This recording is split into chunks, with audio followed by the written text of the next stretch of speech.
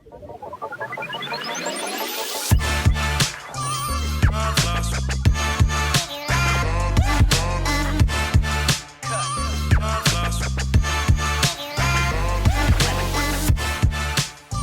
and welcome back to another podcast with the Transfer Portal CFB, presented by NoContextCFB. Week 5 just went down. We saw so many crazy things, so many big-time plays, upsets. The upsets just keep on stacking up on top of each other like it really is 2007. It was funny that we joked about that after week 1 or week 2, whenever it was. And then it's kind of happening, and Kansas is soaring and flying like a true bird does. This season is unreal. And please, before we get into this, make sure to like and subscribe if you're on YouTube. Comment below to spark conversation with us. And then Spotify or Apple, follow. Drop us a rating too. 5 stars would be very appreciated. But I've got Dan and Adam with me. We just saw so much stuff, including DTR's hurdle in the UCLA game that wasn't even the best hurdle of the week because CJ Beasley of Coastal Carolina introduced us to another all-time play name, the Myrtle Hurdle. College football is on another level in 2022, guys. Came up with that. Was that you that came up with the Myrtle Hurdle? No, I wish I could take credit. So that was props. I want to give you a lot of props for that. We know it's not 2007 because Missouri is 2 and 3. So, but like Missouri, that's where we have to start because Missouri did one of the most surprising things of the season, and what will be still at the end of the season is one of the most surprising results. Georgia only edges Missouri by 4 in Columbia. How did that go down, Dan? All right. Well, if you listen, you know I'm a Missouri fan. So we'll talk about this maybe a little more than it deserves because there were some other big games.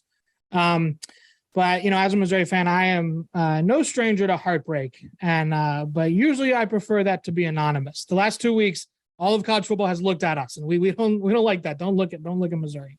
But after the debacle in Auburn last week, that loss was kind of bittersweet, right? And in classic Missouri fashion, I said this like 15 years ago as a Missouri fan, and it really rings true every time.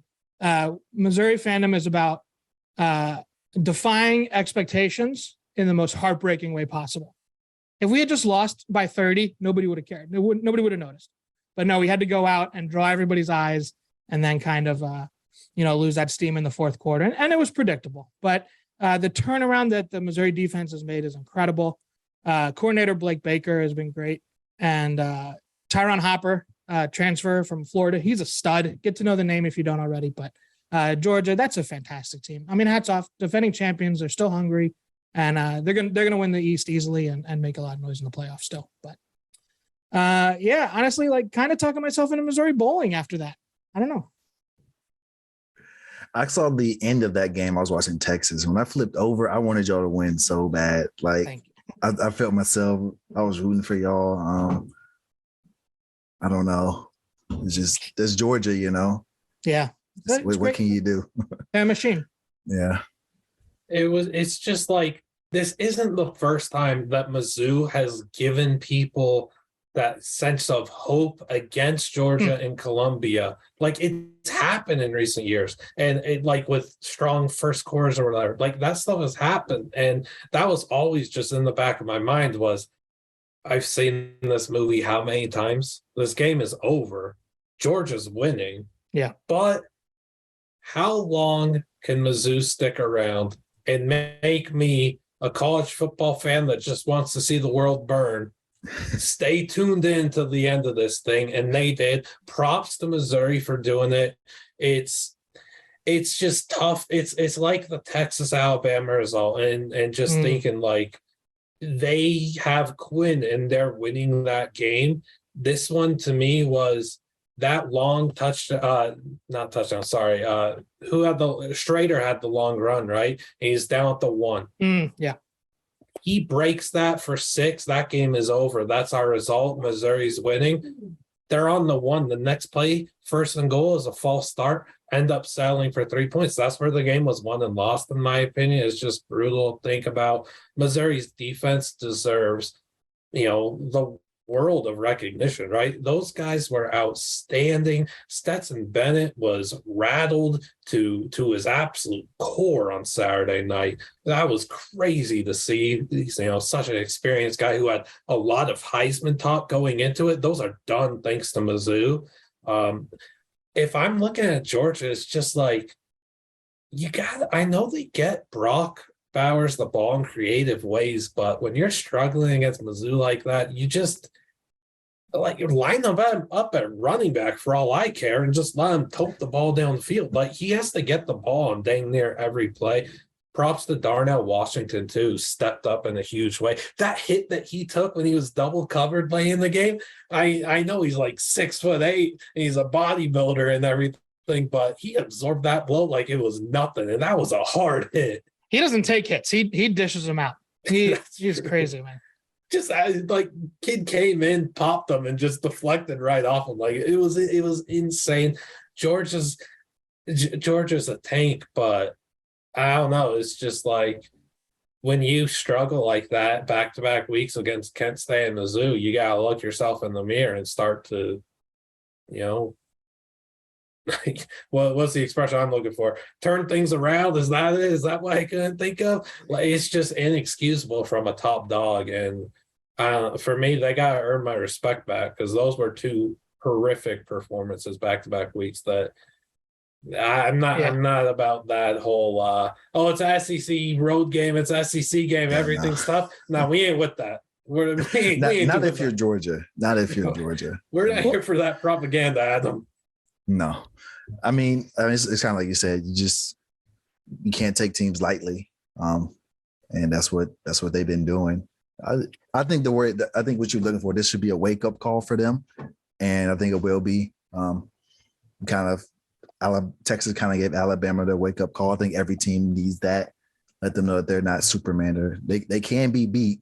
If they don't come ready, they will be beat. So, I mean, that was my kind of concern with Georgia this year. The first time they had reached the mountaintop, and Saban's superpower is getting these rosters to achieve, reach the pinnacle and then still come back and be great.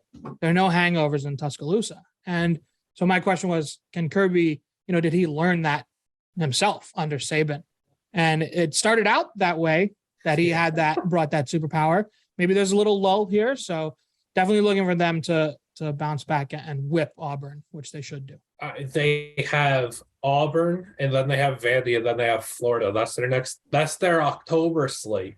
All three of those games they should whoop all those teams, and then they're hosting Tennessee, which should be, a prime time thriller. That's going to be a fun game. Tennessee's offense versus Georgia's defense, but Georgia has things to work out, and this is truly showing us. I've been a guy that's been saying from week one, clear-cut top three: Georgia, Ohio State, Alabama, 4 through 131, even playing field. Anyone could be. Okay, well, FIU's not going to beat like Michigan, but you know what I'm saying. It's a very even playing field.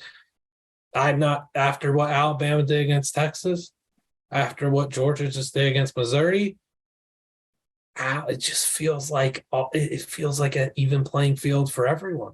And I still think that those three teams should make the playoff and everything, but ain't nobody looking a whole cut above anyone else, right? Like this just feels so even. It feels so refreshing to say that as a college football fan, talking about the top teams in the country. I mean, it's kind of like you said. It used to be, if you wanted to beat Alabama, Georgia, Ohio State, you had to play perfect. Like, you couldn't make any mistakes. Now you can miss a field goal and still have a chance to win the game late. Mm-hmm. You never know. I like it though. It will be interesting to see Ohio State, that defense, because that offense is just fantastic. Yeah, but they're not going to get challenged until end of. I mean, Penn State might bring a little bit, but we'll see. Until that Michigan game, I don't know. I'd like to see if those improvements on defense that they showed in week one in that physical, hard-hitting Notre Dame game, if those are real and lasting. Mm-hmm. I also want to see Ohio State just a full health. They've been missing so many. We still haven't got to see their offense with a healthy JSN. That's frightening. He's played like 20 snaps. It's crazy. It's unbelievable. I feel like nobody's really talking about the Big Ten. Like, I don't hear much about Michigan. They're kind of just cruising. Ohio State just cruising. What is there to talk about? Michigan played the worst non-conference schedule ever, and then just kind of walked in their game. They walked by Maryland. They weren't impressive wins at all, but they won them both. The Iowa win's impressive, I guess. It wasn't as close as the final score, showed and everything. And it's a road game at Iowa, but Iowa's offense, the scheme is straight from a T-Rex.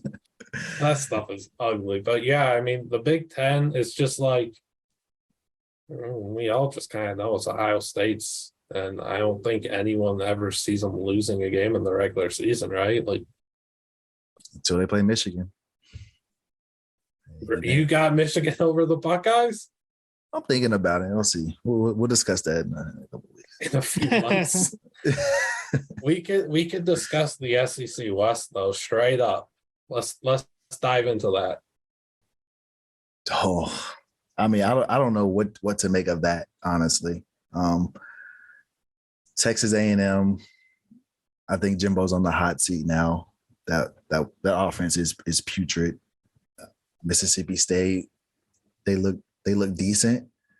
Arkansas, the wheels seem to fall off. About Alabama. LSU all of a sudden is looking good. Shout out this Dan's LSU Tigers. If you told me that Arkansas was in last place in the SEC West, 3 games in, I would have called you insane. But here we are.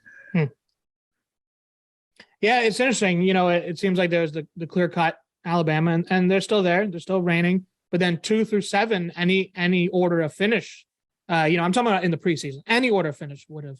Who's supposed to finish last in that division when the worst team is 30th in power rankings, and everybody thought Texas A&M would be the ascendant challenger. But, that's what the recruiting rankings say, right? But, man, it is all going wrong there. It's not them. It's not. Mississippi State looks great. Ole Miss is interesting. When you think about Lane Kiffin, you think about high flying aerial attacks, Matt Corral and all that. And they run the ball. They barely pass. Jackson Dart gets 15 attempts a game. They have 2 stud backs, and that's an interesting evolution there. So I'm wondering, do you guys think Ole Miss is real or not? I still like Mississippi State. I think they're going to make a charge, but they draw Georgia from the East. That's brutal. So. Ole Miss, I don't even think they're that hard to gauge. I just think they are what we see. They're not going to be a team that's going to blow that many teams out. Obviously, they've blown out Georgia Tech and they beat Troy by 18. But they're not going to blow many teams out. And that's just what college football fans need to be accustomed to. This isn't a high-flying attack. It's a run-first offense with a really nasty offensive line, the best running back duo in the country that is bolstered by a true freshman, Quinshon Judkins. Talk about that kid. The fact he's been able to outperform Zach Evans is unbelievable to think about. And I just think they need to get Michael Trigg the ball a whole lot more. But, really good defense. They got good playmakers on defense, too. It's just they're a well-coached team, but I just can't see them blowing anyone out with Dart at quarterback. Yeah, it's a Big Ten offense. Oh, don't go that far. It's a Michigan Big Ten offense. Right. All right. When they run the ball and they're good at it. Yes. Like a good Paul Chris team. Yes. Too soon? Too soon.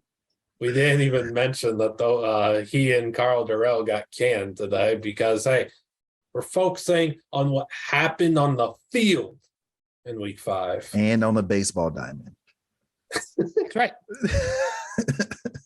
Unreal. I'm so glad Sean McDonough had that comment about the Aaron Judge debacle. But, going more into the SEC West, A&M and Arkansas just straight up are who they thought they were. And I'm so glad that I could be victory lapping how bad preseason polls and rankings and thoughts are already. And we're just starting October. This stuff is so garbage. And this is the, 900th time I said on one of our podcast reviews, but it's just another example of why like people gotta stop putting any sort of stock into that. I don't know. Arkansas is not going to win many games this year with their difficult schedule and KJ Jefferson at quarterback. KJ ain't it. Treylon Burks helped him out so much, and that needs to be a discussion. He does not look good at all. Malik Hornsby needs to be their QB1. Here's the issue. Just deleted Arkansas off all of his socials. He's unhappy. He's standing alone on the sidelines. That's arguably the fastest quarterback. That is the fastest quarterback in the country with a great arm that is now wanting to leave your program. So good job over there. Razorbacks, that's bad. Auburn, straight up garbanzo beans. That team reeks. And LSU, to me, I'm sorry, they're just not anything special. I don't think, like, they were really good in the Mississippi State game, but Vegas already told us who was going to win that game. We already knew the LSU was going to win that game with their they were a slight home underdog. I just felt like that line was too enticing to pass up on. Death Valley was going to be crazy, the real or the fake, whatever you want to call it. Like, Brian Kelly was not going to lose that game. They've been like astronomically mediocre in every other game. Their offense is vile. The pause. They looked really good in that Mississippi State game. They got a lot of did. I like that I like that front seven. For me, like we're fighting about this because of our top 25 ratings that we do, and I had them a little higher than some others on the staff. Where'd you have them? 17? 14. 17? 14. 14? 17. 14? It was 14. 14. All right, 2. I'm putting two. I'm putting 2 next week. Two. To me, I was, I'm making my ratings and I'm going down, and I get to 12, and it's Oregon at 12, and then after that, it's like I got 30 teams that are all the same, and I feel that. And I went with the team that I saw have a really good home win over another team that I think highly of in Mississippi State, and yeah, I mean, that Auburn win, yeah, not that impressive. I mean, my boys couldn't do it, but somebody's got to, right? And then you got the Florida State, they hung with them in a great game. So no, LSU wasn't great, but like some of the other teams in that range, like, do we think TCU is that great? Do we think Air Force is that great? Do we think Washington State is that great? I don't think Air Force is that like great. The Mountain West just an absolute joke. But like, dude, TCU is very enticing to me. They just have so much speed. They're arguably the fastest team in the country when it comes to their offense. But heck, their defense dudes are absolute speedsters too. But TCU could run. They run like Loyola Marymount back in the day on the hardwood. Like, those guys are quick, yeah. And we haven't even seen them with Quentin Johnston producing at a high level. That's scary to think about. And yeah, we could talk about Oklahoma's defense and their secondary being bad yesterday. There were missed assignments, but the amount of separation that dudes were creating for TCU, regardless of missed assignments or not, is unreal to think about. I still can't believe that team scored 0 points against Colorado back in week 1. I don't know though. Like, LSU, the Florida State game was just like, going into that game, my thought was, all right, Liam, Florida State wins this, top 25 team. That's what we're ranking them. And then I didn't, because I thought Florida State looked incredibly mid in that second half. Like, they weren't good at all. They kind of just let LSU creep back into it. And I don't know. I just don't see it with LSU. Mississippi State, clearly a top 3 team in the SEC West. I don't know if you agree with that or not because of your thoughts on LSU, but to me, the Mississippi State's got an elite passing attack with stud receivers. The ducking celebration is the best in the sport in college football. They've got really good pass protecting running backs and a stout defense. And yeah, I mean, I just think that team is really good.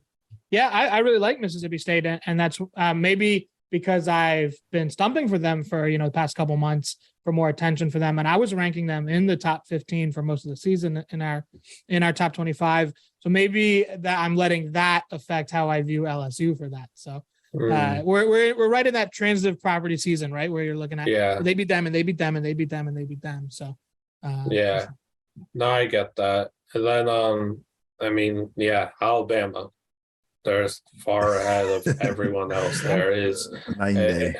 The special teams and the pass catchers are down, but every other unit's just incredible. Arkansas made the bold decision of not blocking Will Anderson like 17 times, and they paid for it 17 times. That was unreal. And Alabama needs to keep playing their young receivers, and that room is going to be so much better. Like, I've been screaming for them to play Shaz Preston, and he still hasn't got out there to thrive. Once Preston gets out there in these coming weeks, he's going to ball out. They finally got Bond and Prentice the ball, and they were so good. Like, that room has talent. And then, we could talk about Bryce Young. He's going to be fine. But even if he's not, even if there's unforeseen circumstances or something, I have so much confidence in Jalen Milroe. That kid's remarkable. That kid is like the Derrick Henry of quarterbacks with that. Yes. I was talking with my friends. I was like, Alabama is so annoying. They lose the Heisman quarterback, and then they bring in Mike Vick 2.0. They're so annoying. I'm so tired of them. They had three, I might botch the stat, 3 over 70-yard runs, touchdown runs in one quarter. Jahmyr Gibbs finally went out there and glided to the end zone. He looked great. He looked amazing. And the Alabama offensive line was good, but you can't discount what Gibbs did. You had to see the patience and the vision and just the quick footwork and the agile movement there. That kid's unreal. And I don't know, just another guy that Alabama needs to find more ways to get the ball. Alabama's going to be fine. Like, they're too good. They're the best team in the country right now after what Georgia did these last 2 weeks. I agree. I don't like Bill O'Brien, but oh, that's true. Now I'm going to move Alabama to like 23. Oh, no. Ohio State, let's go. Oh, my gosh. Well, how about the Pac-12? The Pac-12 is the best that it's looked in a real long time. Surprisingly, too. I did not see this coming. Pac-12 is back. It's what I like about it is how it's high scoring again, right? There was a weird little run there in the last couple of years where you had Utah was Utah, but you had the David Shaw, the peak of the Stanford era, Cristobal slowing Oregon down to a halt, and those best Wilcox Cal teams were just slow. Obviously it's still there, but man, what? It was like the Big Ten West out there. At 11:45 at night, I need points. I need broken runs. I need long touchdowns. I need tiptoe receptions. No punts after midnight. No punts after midnight. The Pac-12, put that on a shirt. We need a shirt for that. No punts after midnight. The Pac-12 is pointsy again. I love it. Obviously, Utah is Utah. Wazoo's got a pretty solid defense, but man, Arizona, Washington, UCLA, they put up points. Oregon State, they put up points, and they can't stop anybody. It's great. Fun offenses again. And USC. Great offense. They can't stop anything. So. Well, that's the thing with SC is their defense is a work in progress, but they force like as many turnovers as any defense in the country does. They forced like 14 or something. Yeah, they had like 2 or 3 pick sixes in their first game against Rice. Like, I know it's Rice, but Rice looks good somehow. But still, their defense is so opportunistic. And the offense is playing on freshman difficulty. That's just a Lincoln Riley. That's just an Oklahoma team. That they just copy and pasted Oklahoma. They're going to lose by 30 in the playoff. I just still feel like they're better than what he might have had at OU. I don't know, man. Like, playing Jordan Addison on that offense with Mario Williams wasn't fair. How the NCAA didn't veto that is remarkable. That's so unfair. I mean, yeah, but I'm excited. We're in the meat and potatoes of it now. We have USC versus UCLA. Washington State plays Oregon, I think, and then USC. Wazoo just played. Washington State Oregon. plays USC. Utah plays UCLA. Yeah, this week, and then Utah versus USC. I mean, the Pac-12 might get decided these next 3 weeks. It's exciting.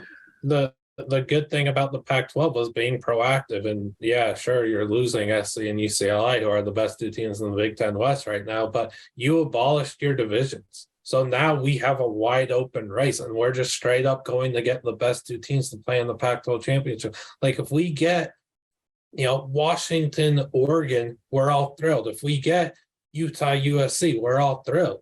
Like it's going to be really, maybe if we get Colorado, UCLA, we won't be very happy. But if you like, I personally ranked 6 teams in the top 25 from the Pac-12 this week. I ranked SC, I ranked UCLA, Oregon, Utah, Washington State, and Washington. I think all 6 are deserving. Oregon State's had a tough run these last 2 weeks, but like we can't discount them. They still gave SC everything they've got. They're still leading the trenches. And I think it just speaks volumes to how much better Utah is. Yeah, it's exciting. It makes the games more interesting. Makes me want to stay up and watch them because, they're playing for a playoff spot, not just nothing. Yeah, Utah had that tough loss in week 1 in Florida, and blame the humidity, blame all this, blame all that. But Florida can play well. They've had some crappy weeks too, but Utah got pushed back. Utah had some bad luck in that game as well. Sure. Don't forget about the Utes. They've been just putting up 35-point wins since. So like Utah has 2 massive games coming up, and what I've been like trying to tell people is these dudes are just going to be floating around the top 10, whether they're in it at the end of it or they're right there in the 11-12 spot. And then they're just going to pounce and they're going to skyrocket up those polls. That team is elite. And yes, they lost Brant Keithley, but let's not act like Keithley, despite the elite NFL prospect I view him as, let's not act like he wasn't their TE2. Dalton Kincaid is a monster. That kid is their TE1. He's been outrageous. Their scheme on the offense is just so good, too. And Clark Phillips III had 3 interceptions, including a pick 6 last week. Well, Saturday. Those dudes are just, that's such a good ball club. And it's just like, future scheduling did them dirty with the Florida game. They should be undefeated right now. Should have played should have played BYU because that rivalry always needs to get straight up played. But should have played, Youngstown State in week 1. And it feels like they always kind of start slow under Whittingham anyway. So by the full-fledged November version of the Utes will be a frightening team. Yeah, and obviously you have UCLA, SC, Washington State in your next 3 before it really cools down with Arizona, Stanford, and Colorado in 3 of your last 4. Utah's got probably a tough schedule in the conference because of that Florida game, because of the fact they drew Oregon, UCLA, SC, Washington State, tough. Washington State already had that win against Wisconsin. In due part, the Paul Chryst getting fired was that terrific display of offense the Badgers had. But like you said earlier, Dan, the Cougs aren't just Cam Ward's ball club. That defense is so good. Yeah, Cam Ward's been improving week by week, and he had another nice outing yesterday. But that defense, Jake Dickert, the head coach, he's been there for a couple years now, building that defense. Took over the interim job last year, and the defense is ahead of the offense. So that's definitely a little more balanced team than we thought maybe going in.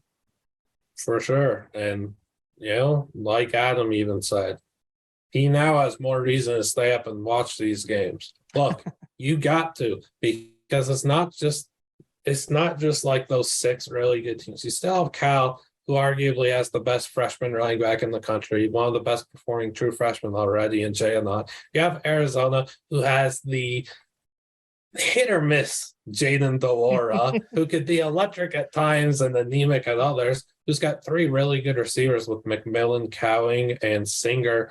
Oregon State's so good in the trenches. And then, yes, please don't acknowledge Arizona State, Colorado, and Stanford, but the other 9, it's the Pac-9, and they're all very fun teams. I'm gonna put y'all on the spot. Give me your Pac-12 championship right now. I think it's SC, Utah. USC, I think Oregon. they're the best teams. USC, Oregon. I think USC, UCLA. Ooh, that'd be cool. Really? You're gonna put me through that? Yeah. Oh man, that'd be so fun, but I picked UCLA in that Washington game. Chip Kelly sandbags. He does not care about September football. Really? Yeah, they walked through that schedule, but that was obvious that was happening. They've done that like 3 years in a row now, and just blew the doors off a good Washington team.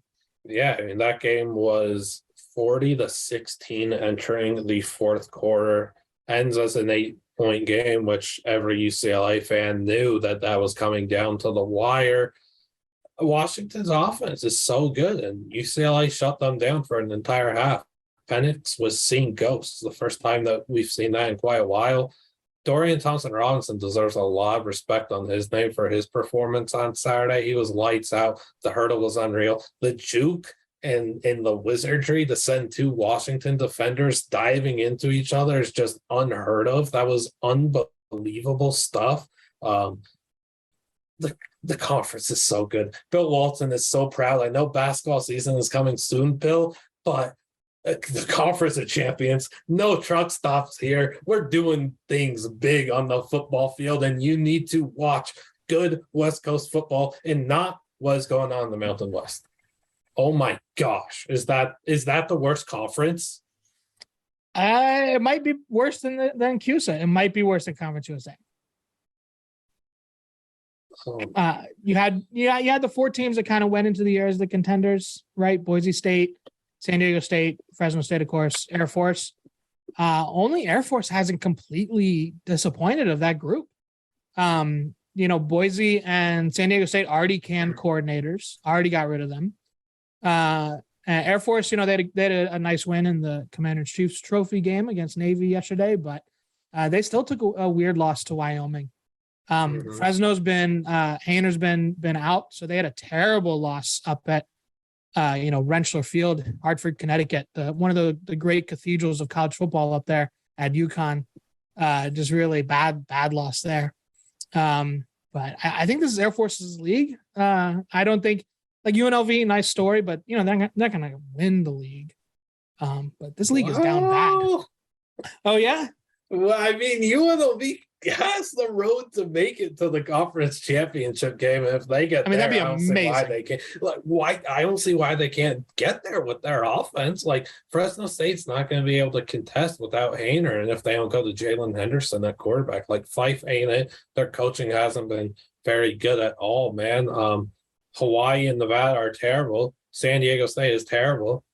UNLV San Jose State, week 6, Friday night, might just decide the Mountain West division. I think so.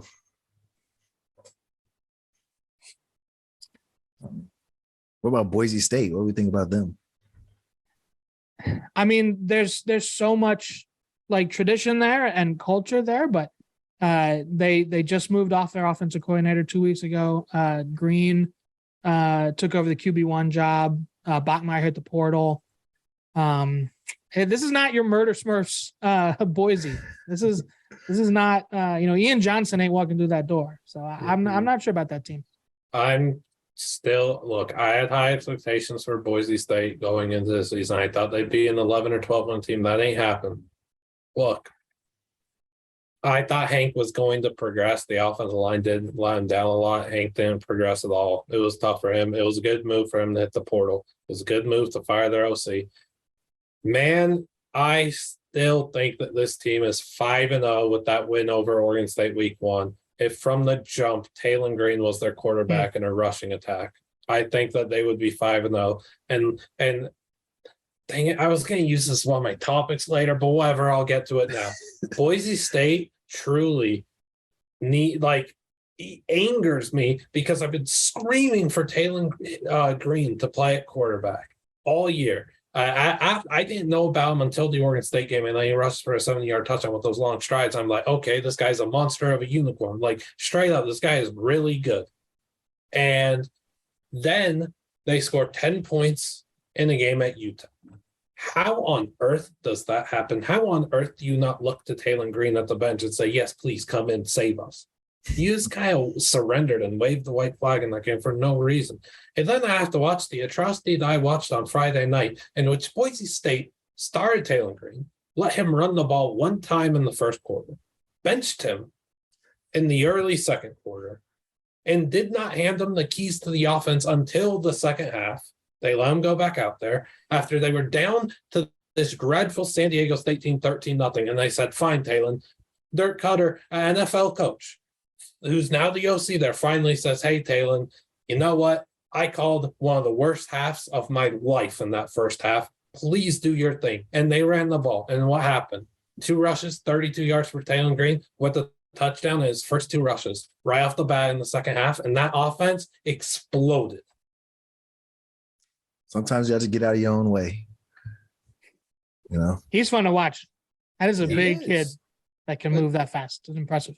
Like Boise State, I'm gonna say at the risk of looking like an idiot with another, Boise State take, but if this team resorts to a Taylor Green rush first offense, where he's, they're running him a lot, Ashton Janti and Holani are taking a lot of carries as well, that team could be very good with their defense and the offensive explosiveness that they would have with 3 dang good runners.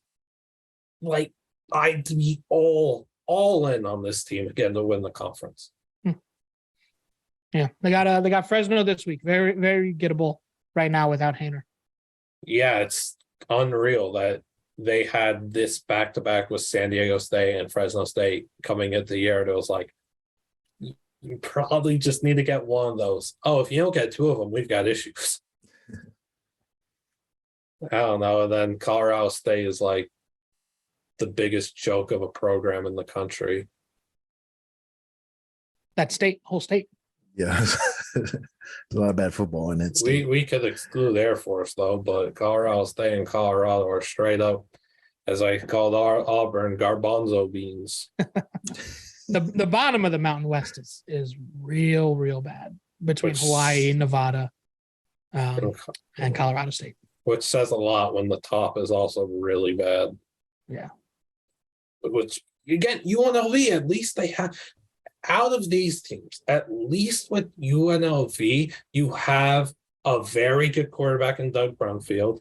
Mm-hmm. You have exciting talent. They're going to lose Kyle Williams at receiver for a few weeks, which is not good. But Ricky White, Michigan State transfer, is really good. And Robbins, Louisville transfer, has emerged at running back too. Like, they just got so many dudes on offense. And I like Arroyo. I like what he's building there. It's been a long build, but mm-hmm. I think he's a good guy and good guy for that program. Yeah, definitely. Like, it's unreal to see UNLV finally play. This season's weird. Like, we're gonna look back on this season in like 2035 and be like, what happened in 2022? Which could just bring us to our next topic, which is, what ranked team were you most stunned to see lose this weekend? Oh man, Oklahoma. That was a bad loss. Obviously, a number of ranked teams lost to other ranked teams, NC State, Kentucky, etc. But man, Oklahoma. I know TCU. They got a feisty roster, great team speed, and the Patterson era. They really underperformed there last year. Just kind of ended in malaise. But Oklahoma, it's okay to lose Big 12 games, but that school should never get bullied in a Big 12 game. The way that they recruit, the way that they carry themselves, the way that program spends, they got pushed around. They were defeated thoroughly. That game was over by halfway through the second quarter. They can lose Big 12 games, but they should never get bullied. That was terrible. That game was like over. I think after TCU scored their first touchdown, I regret picking Oklahoma right off rip. And then the night before the game, I thought, hey, I changed TCU, and I didn't. And then TCU scored off rip. And I was like, yeah, this is over. It looked like what Oklahoma did to Nebraska a few weeks ago. That's exactly what it looked like. Yeah, that secondary, they looked lost. Like, I know TCU is fast, but they can't be that much faster than Oklahoma, and they were just running by them every time. It was so. I think I forgot his name. Oklahoma DB. He had like 3 straight deep pass interference calls because he just got ran by. He had no choice but to tackle the guy. And it was like maybe they didn't watch film. I don't know, but it seemed like they didn't know that they were that fast, and they were shocked how fast TCU is. It does. Can't teach it, and they got taught a lesson. I know it's a rebuilding, but I didn't think it was going to be that big of a rebuild. And man, I mean, it's only one game. I'm not sure. Two games. Yeah, we'll see. We could even say 3 if we want to count the Kent State game. I think Kansas State's really good. I think TCU is pretty good. There's just they're not the same Oklahoma. I think they're still a good team. They're just not the same Oklahoma that we're used to seeing. I also thought it was a nice story that TCU's OC is Lincoln Riley's brother. Thought that was pretty funny. Yeah, I did not realize that. Maybe Oklahoma just can't handle purple teams. So bring James Madison and Norman. Dukes. Big win for our Dukes. Yeah. Well, they're just softer than Sharman on defense. They are. It's bad. It's surprising. It's so weird seeing that from a Venables led team. UCLA legend Dylan Gabriel has struggled a lot at times at OU. It's weird seeing their offense not in sync and Oklahoma offense that is not clicking, aside from the Nebraska scrimmage that they played. Marvin Mims, if his NFL draft spot, is he looking at maybe transferring elsewhere? Yeah, I don't know. He was getting his looks. He had like over 10 targets. He just couldn't connect. Yeah, I mean, we might be seeing Marvin hit the portal this upcoming offseason. Maybe, I don't know, but for me, my most shocked ranked team losing was actually Washington, and not because I wasn't sure how good Washington is. I wasn't sure how good UCLA was, and because I think they only played Bowling Green, a couple Alabama schools in Colorado. Alabama State and South Alabama. Yeah. Yep. I wasn't sure what to make of them, but they looked really good. I mean, they beat the brakes off Washington. The score was close, but the game really wasn't that close. Mm-hmm. And I mean, that was pretty shocking that they did that. So that was my most surprising team. Not Washington losing, but UCLA beating them that bad. And they sold you in 4 hours because now you got them in the championship. Yeah, I'm sold. Yeah, went to Vegas. That's my ticket. Oh man, there were so many drives that UCLA had too, where they got like 3. I forget the yard lines that they were on, but I know one for certain was the 3, and then 2 more inside the 20 that they got a total of 3 points from in the first half. And Washington was not able to capitalize on that, which is just really poor. It was so weird seeing Washington struggle like that offensively. I know a lot of UCLA fans were straight up pessimistic about that game going into it, not expecting much at all. And they, DTR and that team proved a lot of people wrong. The offensive line was really good. Jake Bobo, whoa. Jake Bobo was remarkable. He was phenomenal in that game. His route running was incredibly crisp, and the defense made some big plays. Stephen Blaylock made a really big play. John Fawns, who plays baseball over there too, he makes a huge play. Was really impressive for UCLA, and just goes to show how good that Pac-12 is that we talked about. For me, I went with Minnesota. Look, I thought that this was a team that really could make an NY6 bid because Ohio State's obviously going to the playoff. Thought this team was going to run the table in the Big Ten West.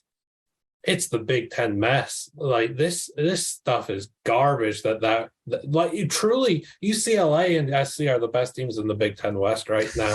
It's so bad saying that, but it's true. All the progress that Tanner Morgan had made was just lost this week. I don't know what happened. Kirk Schrock is so good at OC and everything, and Not sure what Morgan was seeing, but they were ghosts. He threw 3 horrific interceptions.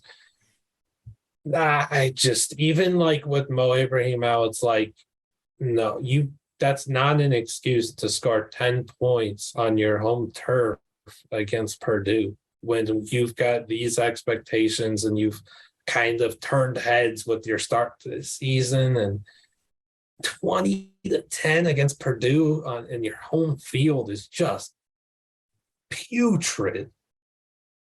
Yeah, it's ugly because, in particular, I mean, the Big Ten West is wide open, and that's a game you got to have. Yeah, like you can't fumble that bag, and it just didn't look ready.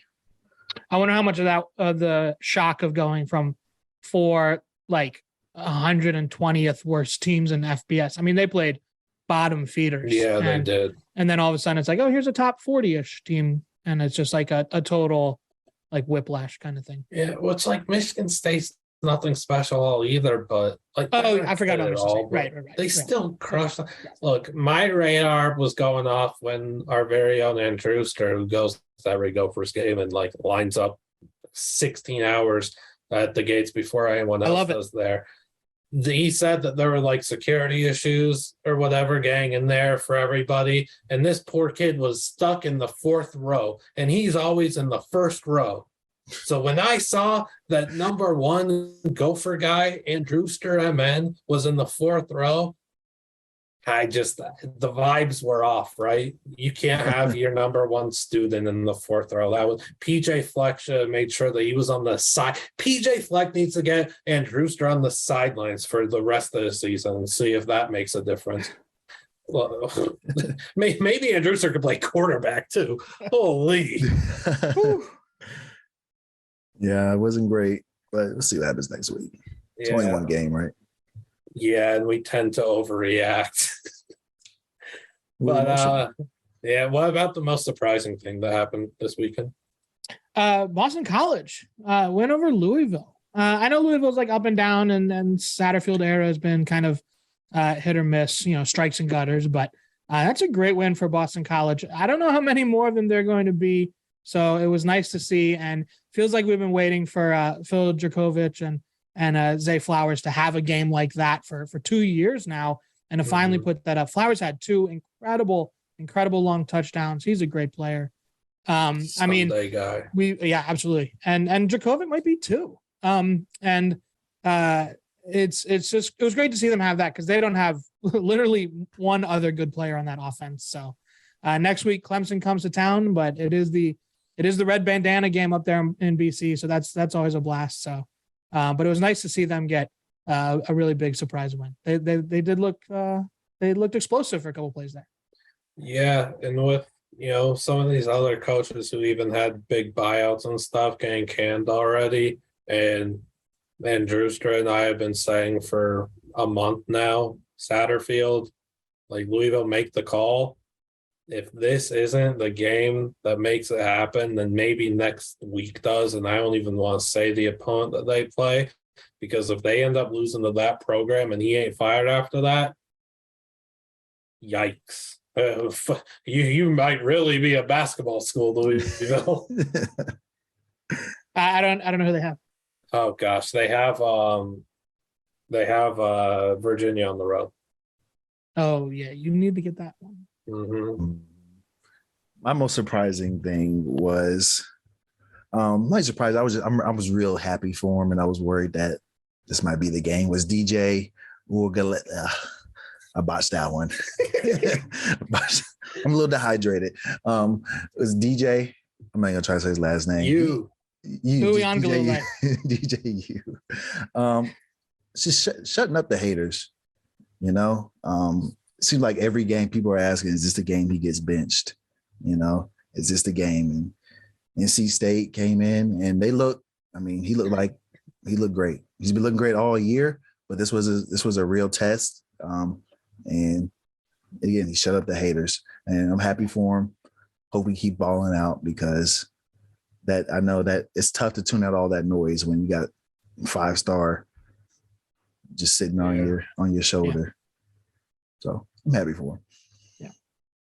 Yeah. It's like it's still not the best situation with the receivers that are so poor around them and mediocre offensive line and everything. But I couldn't agree with you more. The fact that he's making people real mad online because he's balling out is phenomenal to see. He's throwing a lot of beams. That was a really good game between Clemson and NC State. It wasn't high scoring or anything, but I think it's idiotic of people to kind of remiss what both UI Ungalele and Devin Leary did. Both of them made a lot of NFL throws. Yeah, they had their downs too, but neither of them have good receiving corps. Well, you see how many balls the NC State receivers drop? Yeah. Like that's a lot of what DJ was dealing with last year. And good for DJ, man. Like, but my thing is, like, week out. I mean, nobody cares about that. They just see, oh, Clemson lost, bench him, you know. Yeah. So that's why I feel bad for him. And he's been running. He didn't run that much last year, and now he's using his legs. Just do it yourself. They can't do it. So. Yeah, for me, I went with Rice. They beat UAB. They now have wins over UAB and yes, ULL, who was down. But this is a Rice program that gets made fun of week in, week out, year in, year out. They're 3-2 with 2 very good wins for their program. And yeah, they did get torched by SC, but they still scored against them. And, you know, yeah, SC's defense is bad, but Rice is moving heads. Marcus Tuiasosopo, get to know the name, which I'm sure you probably already know the name. Stud offense coordinator. He's been doing great things in football for a long time, and he's quickly making his way up the ranks. He's going to be a head coach very soon. I am not surprised at all if Tuiasosopo's a head coach in 2023. Like, he's really good. Washington Husky legend. Yeah. That's back in my day. Yeah, he's such a West Coast guy. Like, it's weird seeing him in a Texas school. But yeah, I really think he's going to be a head coach in 2023, and good for Food. Food is showing out. How about, though, the most disappointing thing from the weekend? And yeah, we could only choose one, but there's about 1,000 things to choose from. I gotta go. Okay, I didn't get to watch this game because I was locked in prime time on my Mizzou Tigers, of course. But Pitt. What in the hell was that? That was Pitt. You know, I think we anticipated that offense would take a step back.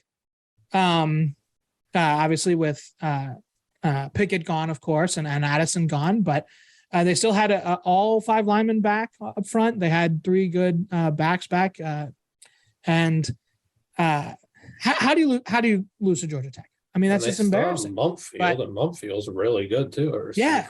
Yeah, and Izzy Abanikanda is a nice running back, and the defense is it should be really good. It might be, top 2, top 3 defense in the ACC still, but you can't lose that. I know Narduzzi, he's got some goodwill from last year and from winning the backyard brawl, but his arch conservative ways just cost them that game, I believe, and just the way they've approached their whole. Like I said, I didn't watch the game that much, so I don't know that. But in terms of changing their approach and going away from the structure that they had on offense back to caveman Big Ten West football, I don't know how that happens. This is what happens when your scheme is run for something that's fit for like 11 stegosauruses. This stuff is absolutely garbage. Right. You make games closer that shouldn't be close. Yeah. And it's an inexcusable loss, but I'm not mad as someone that now gets to add another team I've called overrated since the spring, the summer to the board. Like, stop proving me right, guys. Please stop. But like, I don't know. I'm thrilled for Georgia Tech, though. On the other side, if you look at the flip side, Brent Key gets a win in his head coaching debut for the team he played right guard for way back in the day. That's crazy.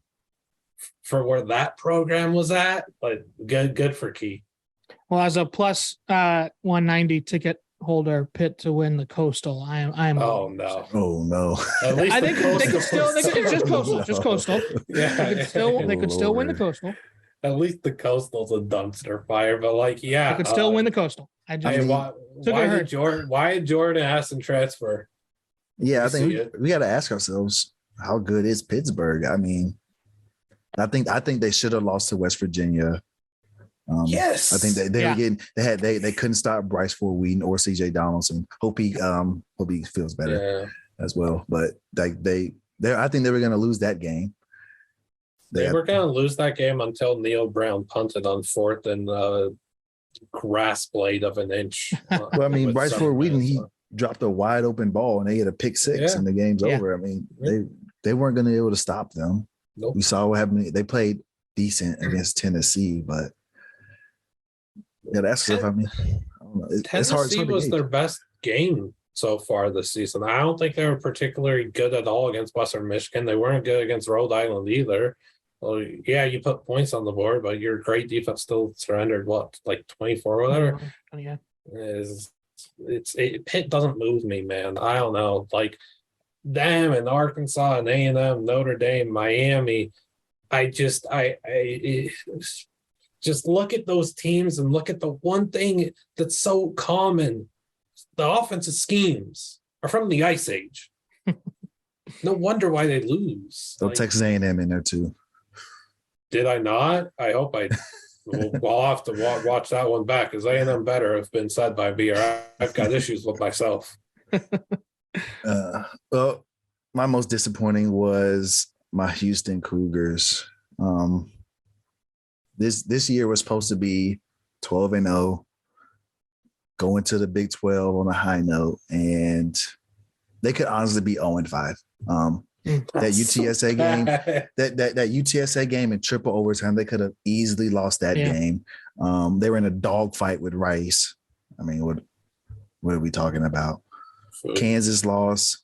Obviously, Kansas is good, but Kansas doesn't have the talent that Houston does. I'm sorry. Lost to Tulane. Tulane doesn't have it's too much talent on that team for the team to be 2-3, and somebody needs to answer for it. I bring up the fact that, again, while they don't have an offensive scheme that's from the early 1800s, their offensive play calling is still as dreadful as I've ever seen from a Houston team. I agree. Tank Ball needs the ball. I say Tank Ball. Tank Dell needs the ball upwards of 45 times a game. I'm cool with him just taking snaps.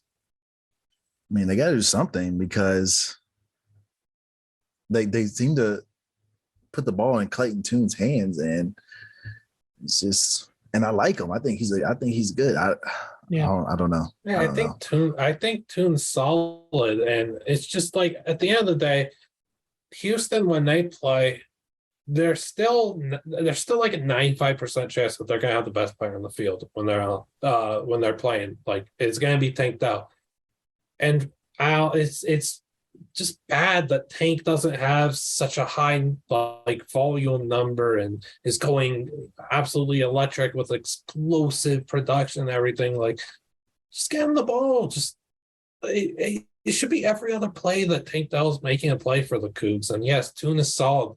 He's competent. He's good enough to not have this team where they are. Dana. Yeah. That is something. Clayton Toon shouldn't have 14, 15 rushes, and Tank Dell have only 7 receptions for 70 yards. That just can't happen. Can we talk about what happened, though, in overtime when, first off, at the end of regulation, Dana did not want to go out there and potentially kick a game-winning field goal. He wanted to play for OT. Okay, fine.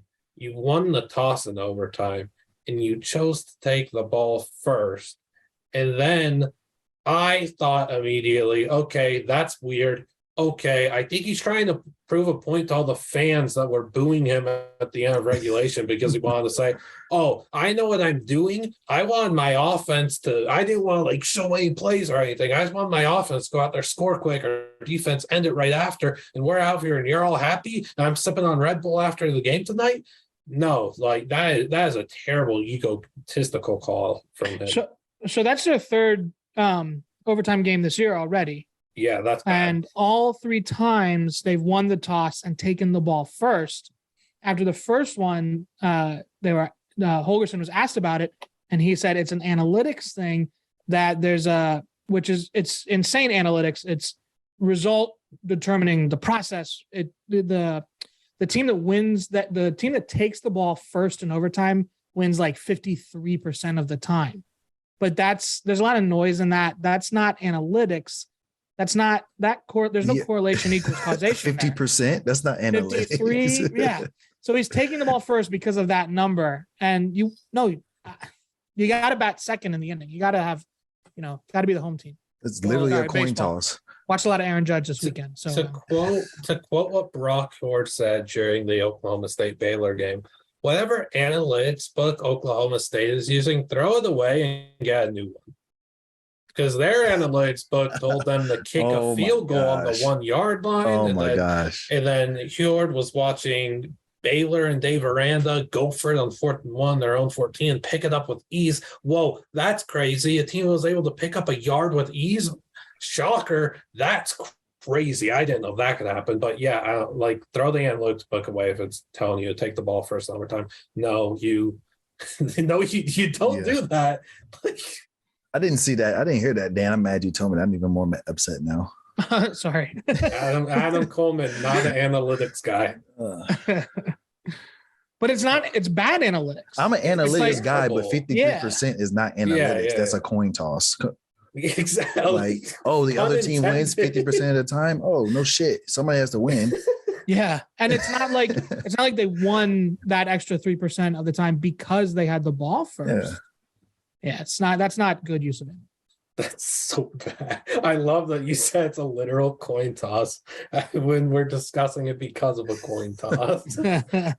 Oh my! It's the kind of thing when people are like, "Oh," the people that don't understand baseball analytics, and they're like, "Oh, well, he hits 250 in day games where the pitcher is left-handed and there's rain in the broadcast in the forecast." It's like that's not what baseball analytics does.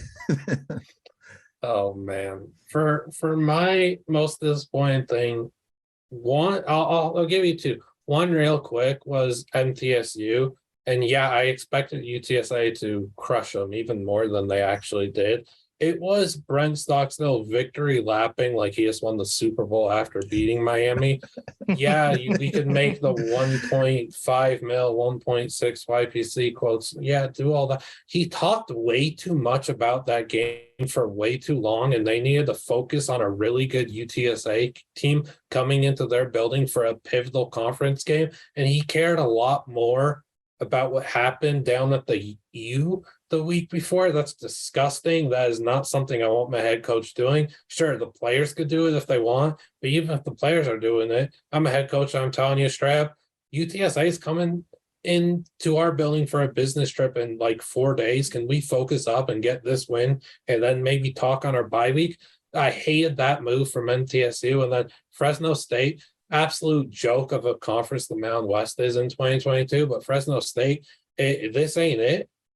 Poorly coached team. Yeah, Jake Hayner's out, but it doesn't, make up for the fact that Jalen Henderson is rotting away on their bench right now at quarterback. And that's a really good dual threat quarterback, young guy that has not gotten a chance. He hasn't got a crack. This is like the Boise State thing where it's like your offense is anemic and you're playing UTEP. Your offense is anemic and you're playing UConn. You can't even, switch up at quarterback. See what Henderson's got. If Henderson ain't getting his look soon, please transfer to another group of 5 and pave your way there because you're too good of a player to have to deal with this. And it's another case of a very good, talented quarterback that is never going to get a shot at the school he's at because coaches are too egotistical, too stubborn, got their guys. Like it's garbage. We'll move on to the player that most stood out to you in week 5. All right, real quick, a little love for the thicker kicker, Harrison Mevis. How about those bombing field goals, strutting them off, back in style? He's back. But I want to go to the Sun Belt for a little shout out for Jarrett Dagey and telling his story. He was ran off from out of Morgantown, 2 disappointing years there at West Virginia, transferred in the offseason to Western Kentucky, didn't win the job. So he transferred mid-August to Troy. He got beat out at Western Kentucky by Austin Reed. And then, of course, he was on Troy's schedule for Western Kentucky. But, of course, he's not starting yet. You don't walk in mid-August and take that job. So Deggy's behind Gunnar Watson, who's been, mediocre. That defense carries that Troy team. And but Gunnar Watson got hurt in the third quarter. And the game was tied. Deggy comes in against his old team that he was there for a couple months and didn't get picked. Revenge tour, 7 of 8, 2 touchdowns. Troy win. West Virginia's not on Troy's schedule. I know Deggy would probably like to have seen that, but hey, that was a nice game for him to get a little revenge and a big win for Troy. Yeah, good for Deggy. Yeah. Mine, go to the Big 12. I'm gonna pick Spencer Sanders. I admit last year I was one of his biggest haters. Like I thought he was very mediocre. I thought Oklahoma State was the worst 10-win team I've ever seen. I didn't think they looked good. But this year, Mike Gundy, they live and die by him. And against Baylor, the game was ugly for a little bit. He made some mistakes. He had a horrible interception, I think like the third, early fourth quarter. But he bounced back. And the next play was like a 70-yard bomb. And I don't think he does that last year. I've been watching him a lot, and he's grown. So shout out to him. He's proved me wrong. Yeah. I'm no longer a hater anymore. I'm on the Spencer Sanders bandwagon, Oklahoma State. That was really impressive because Baylor's had his number. He threw, how many picks did he have in that Big 12 championship game last year? 3 or 4. 4. And he's thrown a lot of balls to guys in green. And so for him to bounce back and have that game, yeah, great call. Yeah, he's a guy who's finally emerged in that 4th year. He was someone that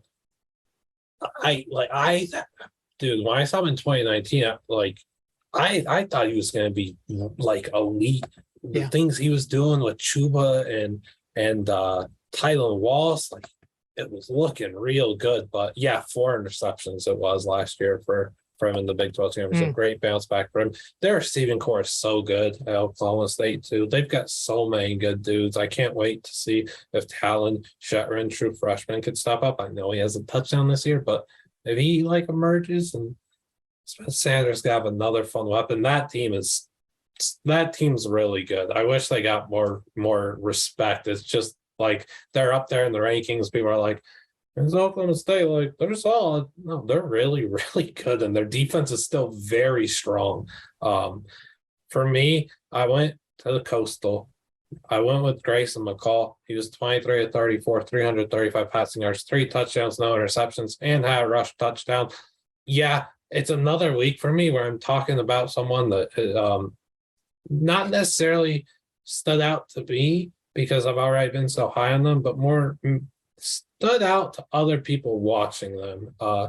Look, he leads Coastal to a game-leading drive late in the game. Georgia Southern comes back. They score a field goal, and what happens?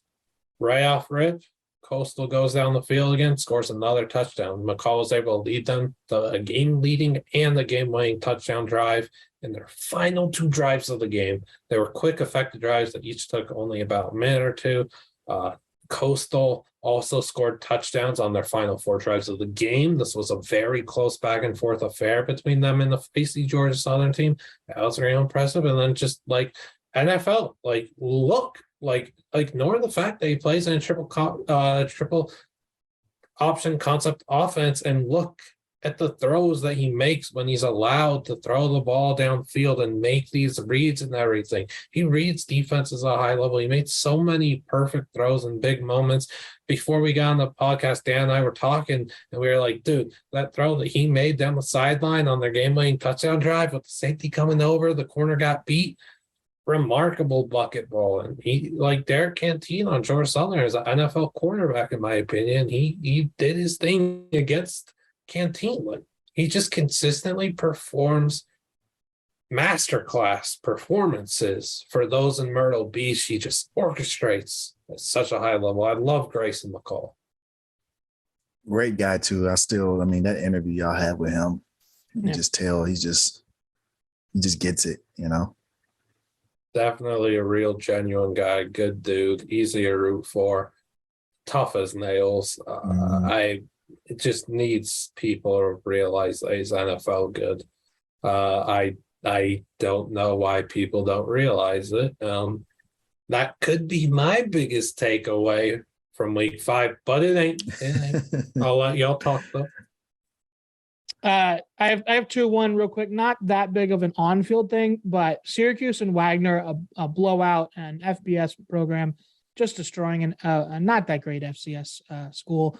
They get together halftime, put pride aside, 10-minute quarters, shave a third of the second half off. That's a great call. Teams need to do that more in these big blowouts of FBS, FCS. We saw so many bad injuries yesterday and all season.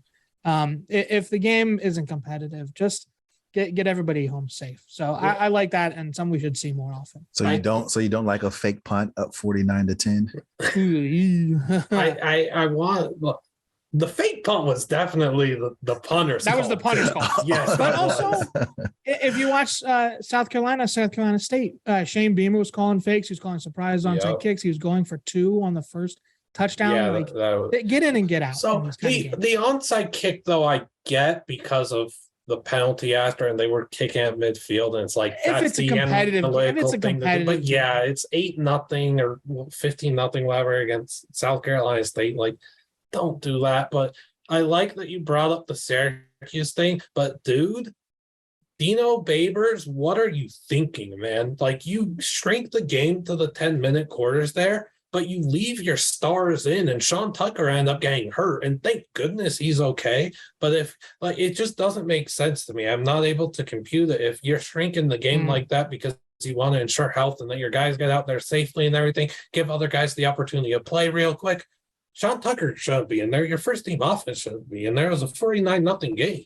Get him out there. What if Sean Tucker got seriously hurt? Yeah, that got by me. I didn't realize that happened. Yeah, he got hurt on the 4th play on the offense or something. But in terms of on-field stuff, piggybacking on what Adam was saying earlier about Clemson's offense, that's a good offense. It's not great. It's not Alabama or Ohio State, but DJ Uiagalelei, that improvement is real. No, it's not the Watson Clemson Tigers, not the Trevor Lawrence Clemson Tigers, with Travis Etienne or Justin Ross, Hunter Renfrow, weapons like that. But it's not a bottom 100 offense like it was last year. Mm-hmm. And now you have balance, and that balance is critical because, Venables is gone. The defense has taken a step back. So to have that balance, they're pretty clearly the class of the ACC.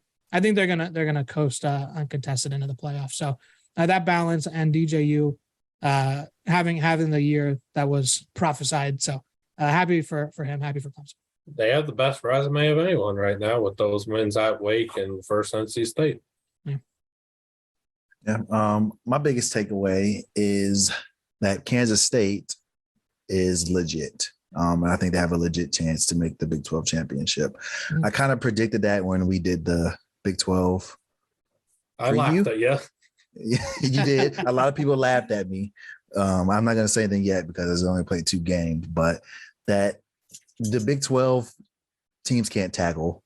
I mean, we see that every day. I see it every weekend with my team in particular. And with Deuce Vaughn and Adrian Martinez, their running game, the scheme that they have, they're just running free. It's hard to beat. I don't think any of these teams can tackle. So I think Kansas State's legit. Yeah, Colin Klein is coming for a HC gig soon too. Good for Colin. This is so cool to see so many guys that are just studs in college that are getting up there in the coaching ranks now and carving out a career for themselves in that path. Is so dope to see Klein thriving. We're definitely going to see if K-State's real because they've got Iowa State next, TCU, Oklahoma State, Texas, Baylor. Tough stretch. Yeah. For me, I'm sorry. I went with no matter how much I want, and I beg teams to do what I want. I just need to realize that they're never going to listen. That was my biggest takeaway. But then they'll finally cave in and they'll realize that what they're doing isn't working, and then they'll try my thing and then it'll work. And then just weird that happens. Boise State, real weird. I already talked about it earlier, so I'm not going to rant about it again, but really weird that you let Taylon Green start to run the ball and lead your offense, and your offense had the best offensive explosion it's had since Kellen Moore was there. A little weird. You're going to ascend into heaven when Malik Hornsby comes in and plays well. Like, you're just going to. Oh, yeah. When he's quarterback at a rival SEC school and he beats Arkansas, that's going to be fun. When he gets transferred to A&M, I'm sure it'd be great. Oh, man. How about best and worst thing you saw today, and then we'll wrap it up. Best thing I saw, CJ Beasley, running back, Coastal Carolina. I know McCall was outstanding there in the fourth quarter, but Beasley won the game. It was the hurdle of the year, the Myrtle hurdle, as they're calling it now. 30-yard score with under a minute. When you consider the impressiveness of the hurdle and the game situation, that was the hurdle of the year, play of the week. That was the best hurdle. It was outstanding. That was the best hurdle I've seen since Dorian's the night before. Yeah, right. There have been some great hurdles, but that one. Myrtle hurdle, all-time name. We have that in the oink doink in back-to-back weeks. The name and the game situation, just what a play. Yeah. The worst thing I saw would be all of you that still tweet and talk about Iowa football. What is the matter with you all?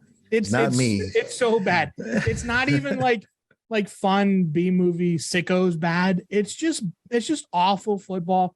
And when you consider the nepotism that's involved, it's frankly spiteful to the Iowa players and fans and supporters. And you know what Iowa games are going to be. You do not have to watch them. It's not interesting. And thank you to Michigan for not getting dragged into the quicksand and just don't watch Iowa. Stop tweeting about Iowa. They stink. Cancel Iowa. Deplatform Iowa. Get them off Twitter. Big Ten football is almost as bad as Big Ten basketball. I hate it. All right, we don't need to have a conversation about Big Ten basketball. That is just home team wins. Officiating bad. But I'm glad you brought up the nepotism thing with Iowa because, I'm at fault for it too. We don't talk about that enough. That stuff is gross. We talk about too much. No more Iowa football talk. No more Iowa. All right. I have two best and two worst. I breezed through them. My first best thing was Caleb Williams. He makes everything look so easy. It's insane how good he is. You can make argument he's the best quarterback in college football, and I probably wouldn't disagree with you. I think he's that good. He makes things look really easy out there. Everything comes natural. Another best thing was watching Oklahoma and Texas A&M lose in embarrassing fashion. It's always good for me and my morale. Worst things I saw was, oh my gosh, I forgot it. I'm drawing a blank. Oh Lord. You're pulling a Liam. Oh Lord. Okay. Worst thing, Texas A&M's offense. That's horrible. Jimbo Fisher, give up the coaching rights. I think A&M's going to make him do it or he's going to fire him. It's pretty much his only options. And I don't like watching Aaron Judge strike out when I'm trying to watch college football. So ESPN, cut that out, please. It got even worse when Scott Hansen got in red zone today and took a jab at our sport. And then Sean McDonough also is commentating a game and says, "Oh, what a shame that game's like it's bad." Yeah, it's and I see the comments like when Tulane was driving and they showed the pitcher warming up to face Aaron Judge, and Tulane's driving to tie the game, and everybody's in the comments like, "Oh, it's just Tulane. Who cares? It's Tulane." The people watching Tulane are probably want to watch Tulane. I'm pretty sure they wouldn't pick if they wanted to watch Aaron Judge. They watch Aaron Judge over Tulane football. I'm pretty sure. Imagine an alternate universe if the Yankees broadcast put on the TCU Oklahoma game in the second half and was like, "Here, watch." That'd be great. I'd be for it. We can extend this podcast an hour. I'm going to mute myself because I'm pro cutting. I have to bring this up. Why hasn't Albert Pujols ever gotten a live looking? Because he's making arguably more history right now. He's going for literal all-time stuff right now. And Exactly. why? Cut Because he is the Yankee. He's not getting live look-ins. I think that's an argument that needs to be made. If you're not doing it for both of them, don't do it for either of them. More look-ins. Guys got a no-hitter in the sixth. Let's see it. Let's see it. Shohei Ohtani's hitting. Let's see it. Cut in. I want to see it. Let's go. I can't wait. Julio Rodriguez. I can't wait till it's like I don't know. And the other way too, wild card game, cut in. We want to see. I'm going to be so mad when I'm watching a Stanley Cup playoff game and they show me ESPN shows me a live look at what's happening in the NBA playoffs. That's the final straw. I'm sorry you have to watch the hockey boys in a. That's where it starts. That's what's going to end up doing. 2 whole minutes. The audio game change isn't right either. I'll say my worst things first. The one was the whole Syracuse thing. So I completely agreed with Dan there. I just don't understand playing as starters after agreeing to shorten the game. And then the Pat McAfee broadcast. Look, I watched like 2 minutes of it because my brother kind of wanted to, and I was like, yeah, I'll see what it's about and watch it early in the first quarter, whatever. It's not on Pat, and it's not on his team. It's on ESPN for putting out one of the worst productions I've ever seen. That stuff was terrible. It was just McAfee and his guys in a little tiny box and then the game in the big box, but you couldn't see the guys that they're set up, that they got all cool and stuff with basketball hoop in the background or anything. You couldn't see any of it. The quality was like it was taken from Festus Ezeli's potato phone that he tweeted with for thank you Dub Nation. Like it was an absolute atrocity, and I feel really bad for McAfee that was the product that he had to showcase for his brand. Like I feel really bad for him and his guys. Like, that was terrible. Good things. Kansas' celebration. The 5-0 graphic was hilarious. Just seeing on the scoreboard 5-0 and just imagining like confetti everywhere was just really the field fun. storm. The field storm was bizarre because there was a rope that was roping everyone off from getting to all the play. It was such a weird scene. It was really cool. And then Mevis, the redemption arc. Dude, the celebration that you put out there, the absolute unit puts out an all-time celebration. I don't even know what it was. It was like he was a robot trying to strut or something. It was so weird. It was so kickery. It was so college football. It was amazing and good for him. I know they lose, but this is a guy that should have won the game against Auburn last week, but didn't. He comes back against the number 1 team in the country in front of his home fans and kicks field goals of 22, 41, 49, and then boots of 52 and 56. He was 5 for 5. Shout out to Mevis. Like, shout out to Harrison Mevis. The thicker kicker. Yeah, we laughed at the thicker kicker, and he's laughing back. That he's one of the most fun guys in the country. It always happens with the kicker. We saw it when he was saluting in that bowl game against Army last year, and maybe he's got an NFL future. He's got an absolute boot. Yeah, those kickers would have been good from 65. I was a little worried after the Auburn game, and he missed a kick the week before too. I was like, maybe he's got the yips, maybe because he's been great for 2 years. I could talk about Harrison Mevis for the next 20 minutes, but I don't know if that's what the people want. Oh man, I know. Look, you could talk all your talk about Judge Cast and everything and the live look-ins. If they do that during a Mevis 57-yarder. Maybe I'll think differently. That's your final straw. Yeah, I know there's like 10 of us in the world that don't mind the Judge Cast there, but yeah, I'm on an island, but I will vocally be on that island. At least like compromise and like at least give us the game audio for the game that we were watching and listening to. The game audio and make it like 2/3 the game and 1/3. The judge. I'm fine with that too. Okay. Also, hold on. Before we go, I tweeted out on No Context. I was like, yo, can someone maybe find Aaron Judge's stats? Like, I would love to see the analytics on how he's hitting when he's on Saturdays live looking during college football game. So we have the stats. Someone was gracious enough to help me out. After his strikeout in the fourth quarter of the 22-19 Ole Miss Kentucky game, he was 2 for 12 with 7 strikeouts and That's a bunch baseball. of walks. I mean, that's baseball. Walked a bunch. Yeah. If you only watched Aaron Judge through the lens of college football cut-ins, you'd think he's the worst player in the league. You hate him. I mean, It's not good for your brand. Like, it makes people not like baseball. I love baseball.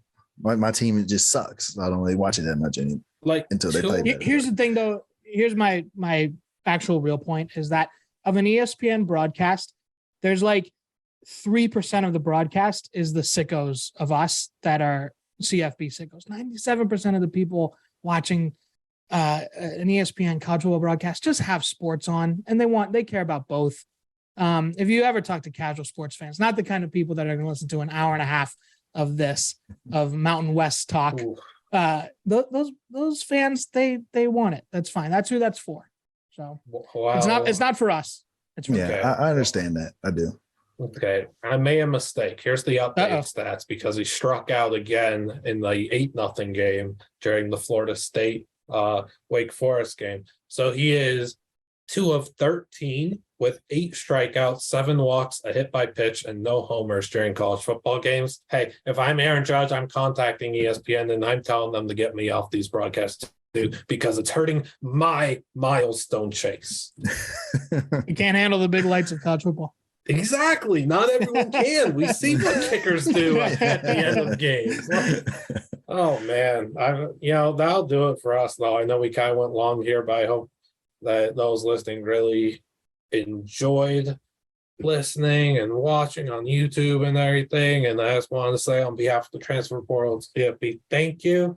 And for those, there's just too many injuries happening in the sport, just scary ones too. Obviously, we know what's happening with Tua and everything, but on the college scene, there's been so many bad ones and scary ones. And just on behalf of our team, the Transfer Portal CFB, wishing our best to all these guys that are trying to get on the path to recovery and, hoping their families are all good and everything, because the sport is scary and there's been some real frightening injuries. There were 4 or 5 of them just yesterday. So saying our best to all those that are, affected by this violent sport. But that'll do it for us. I really appreciate y'all again. And please make sure to like and subscribe if you are on YouTube. Leave us a 5-star rating and follow us on Apple and Spotify, and we appreciate you so much.